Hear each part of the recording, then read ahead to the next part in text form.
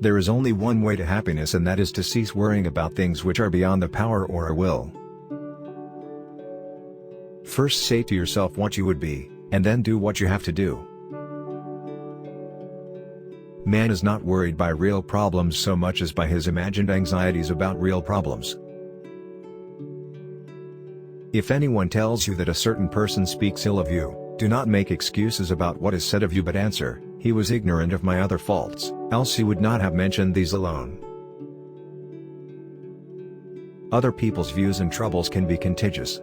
Don't sabotage yourself by unwittingly adopting negative, unproductive attitudes through your associations with others. Any person capable of angering you becomes your master. He can anger you only when you permit yourself to be disturbed by him. To accuse others for one's own misfortune is a sign of one of education. To accuse oneself shows that one's education has begun. To accuse neither oneself nor others shows that one's education is complete. Nature hath given man one tongue but two ears, that we may hear from others twice as much as we speak. Attach yourself to what is spiritually superior, regardless of what other people think or do. Hold to your true aspirations no matter what is going on around you. The greater the difficulty, the more glory in surmounting it. Skillful pilots gain their reputation from storms and tempests. Small-minded people blame others. Average people blame themselves. The wise see all blame as foolishness.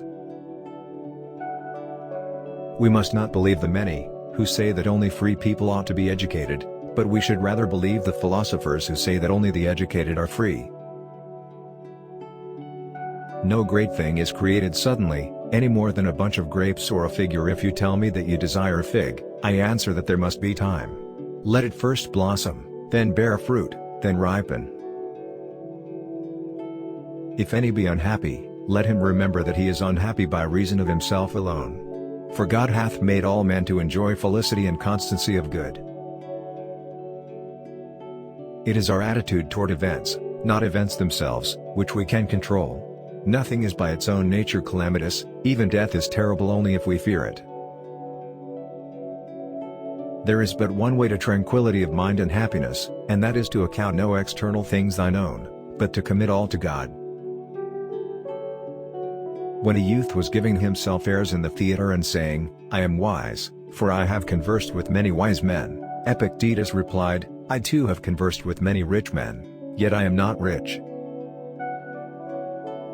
Imagine for yourself a character, a model personality, whose example you determine to follow, in private as well as in public.